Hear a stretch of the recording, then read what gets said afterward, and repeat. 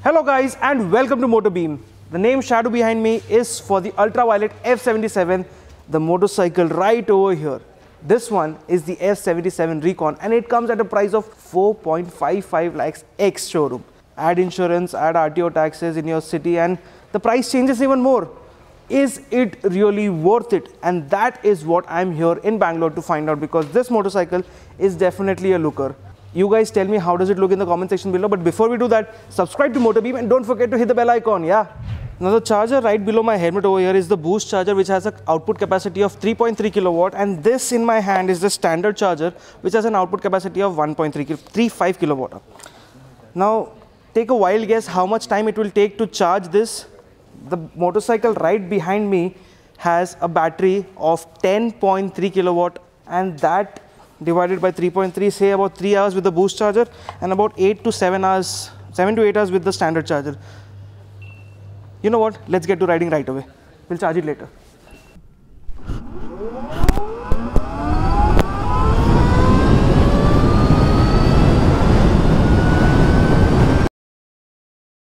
Okay, so we are out riding now on the track. So this, the Ultraviolette F77 Recon, feels a lot like the KTM, yeah.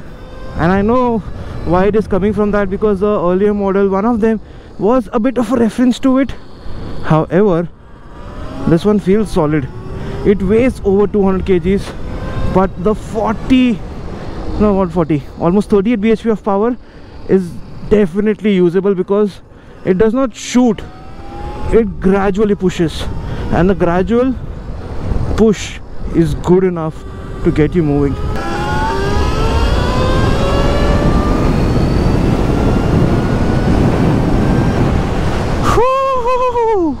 My left leg is just fluttering around like this to downshift. You have no idea how confusing this motorcycle is for me right now, because I want to downshift to get the control and all I have is the brakes. And the good part is the addition of the pads over here, because I am not moving too much ahead because of that. Suspension is adjustable. Right now it's on the softest setting. If it would have been a little more harder, I would have had a little more fun, because it does have a sit down effect when you stand on the brakes. So the grip from the MRFs over here is also pretty nice. 110 section front, 150 at the rear. This one shoots like crazy. Honestly speaking, spending 5 lakh rupees for a fun motorcycle, if you have the money and if you have access to such a track where you can take the motorcycle, you can definitely have fun with this, because the Ultraviolette F77 is definitely a fun motorcycle.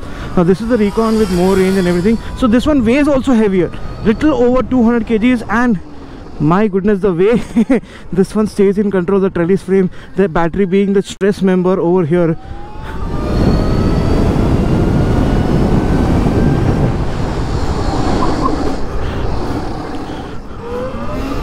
Amazing brakes. There is a little bit of brake feel by the end of it, but amazing brakes. And since we are on the track, this is how the reverse also works. Lovely. We have ridden on the track, but let's look at the motorcycle in a skeleton format. And you can see that the main reason this motorcycle is heavy is this battery pack. Now this is a 10.7 kilowatt hour battery pack, and damn, this motorcycle feels heavy when you ride it on the track in the starting 2 modes, that is the combat mode and the glide mode. Once you go ballistic, this one just shoots and you don't really feel the weight. Overall, this motorcycle, everything over here is for the battery. Then this is the motor, this is the ECU, the charging port is right over here. There is a overflow valve here too, which you can see, if water goes into the charging port, it flows out from that. There's another ECU set here, electronic unit. This is the battery pack, which is the main battery to start on and off. There are 2 batteries basically in this. And overall, this motorcycle has a lot to do. The chassis is a split trellis. Right over here it splits, but the motor and the battery are a stress member. And you do get engine guards, which is basically this. Basically it does not have an engine guard, it has a body guard, what I can say, or a battery guard, which is proper like an engine guard. And the winglets that you see, it's an actual metal unit right behind it. So everything on the F77 is made quite a lot more purposeful, yeah. I've had a lot of fun on the track. You know what? It's time. The motor has also started and it's time to go on the road. Let's go. This is how the motorcycle looks in flesh. Basically, out in the open, this one does stand out. There have been lots and lots of head turns for this motorcycle, and since we are out in the open, you can see the battery pack right there. So this is basically the vent that takes in air, and it's quite nice. Let me know, do you like the styling of this big one-piece panel or not? Because this, from here all the way, it's a one-piece unit, and something that I don't really like, because if there would have been cuts, it would have been easy to repair if there was a damage, but you guys have your own opinions.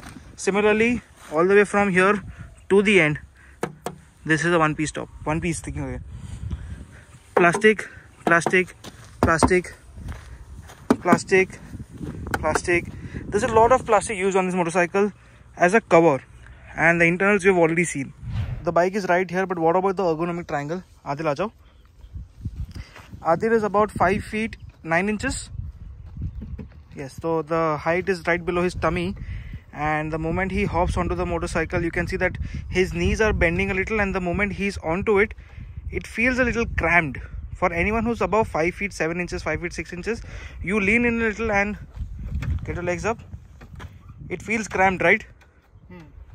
So this is a tiny motorcycle in comparison to the size. However, in pictures it does look big. Thanks, Adil. Wind blast on this motorcycle is a bit of an issue because there's nothing that cuts up front, and there's a good amount of pressure that comes onto you.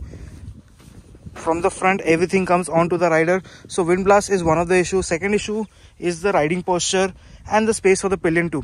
Adil already sat on the motorcycle, so I'll ask him to move this because it feels heavy to me. He is picking it up for the first time. Take it behind, full left, and take it ahead.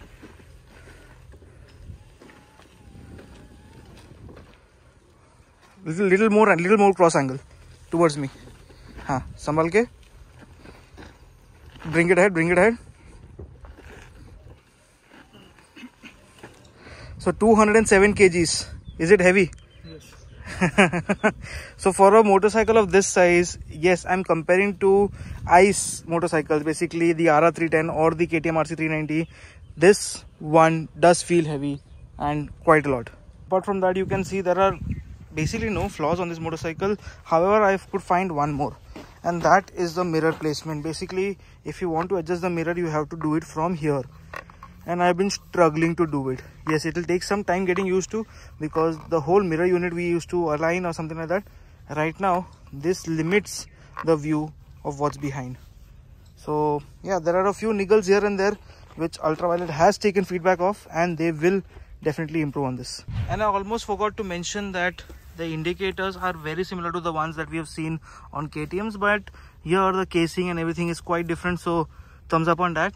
And the tail light. Adil, press the tail light now. Brakes, yes. Beautiful LEDs. Good work, yeah, very good work. This is basically the grab rail, which is actually the part of the chassis, so it is quite nice and tight. Let's go ride this.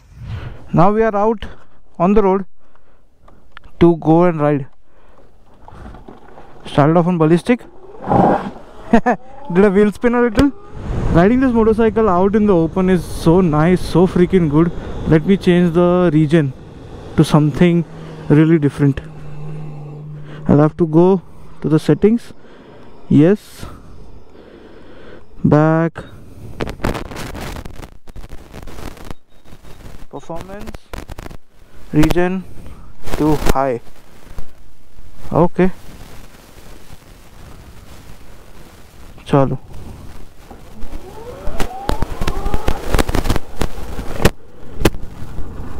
Set to region high, and the difference is not that much. You would expect something more, but it's not there the way you want it.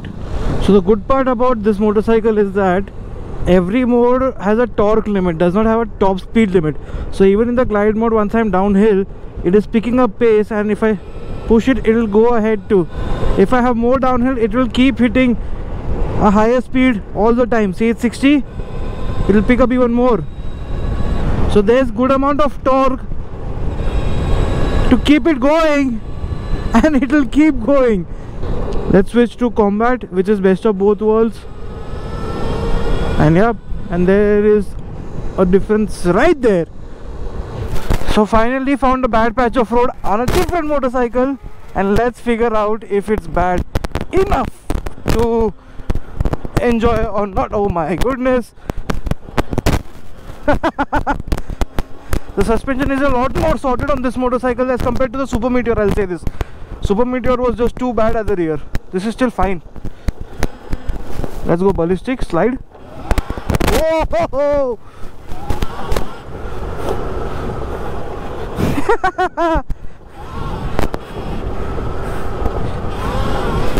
I am actually having fun going off the road where there is a little bit of road. Brilliant, this thing is brilliant. There are places of improvement like the mirror mounts and all of that. Going off the road, the suspension is very compliant. Front being adjustable for preload as well as rebound. I am sure that this one is loaded for 4.5 lakh rupees. Yes, it is pricey, but god damn, it is good too. It's got about 165 mm of ground clearance, 165, 169, somewhere close to that. However, the wheelbase is not too long, so that is not a problem at all. It leans in very nicely, it holds the line too. The weight is felt, but it does stay where you want it to be, and it is not scraping anywhere, and that is a big thing. The battery on the other hand is puncture tested, heat tested. There are like 5-7 tests these guys have done so that the battery stays good in any condition. I am actually, like, there is a saying, what's the point of having a motorcycle when it does not make any sound? But if it goes like zoom, performance electric, it will take some time to adapt, but there is a bit of a good future I can see over here. Worthy, good future. Yeah. Now I've ridden on the road and on the track as well, and I can tell you this, that this one, the F77 Shadow, is something to look out for, because I haven't ridden this one. It gets dual purpose tire, it gets panniers, and this is something to look out for, because I am convinced that although the Ultraviolette F77 is expensive, it is still worth it, because it is one of the fastest electric motorcycles you can get in India right now, and it is a worthy motorcycle to have the best possible range. It is something that if you have the money and you want an electric, you can get the Ultraviolette F77. I am just like out of words. If you're going to do more than rides, like for more than 200 kilometers, then this is not possible, but up till that, get it. Yeah, F77 Ultraviolette, Mr. Narayan, good job. What a brilliant motorcycle this is. Thank you so much for watching. I'll see you guys in the next one. Bye bye. Yes, there's one more thing though. There are a lot of problems on this motorcycle. Say that the some parts like fit finish is visible, the quality seems a little off at times, and overall this motorcycle needs a little bit of tuning and perfection, and that is what is happening right now, because the team has taken our feedback and things are changing, things are getting better too. Bye. Final bye.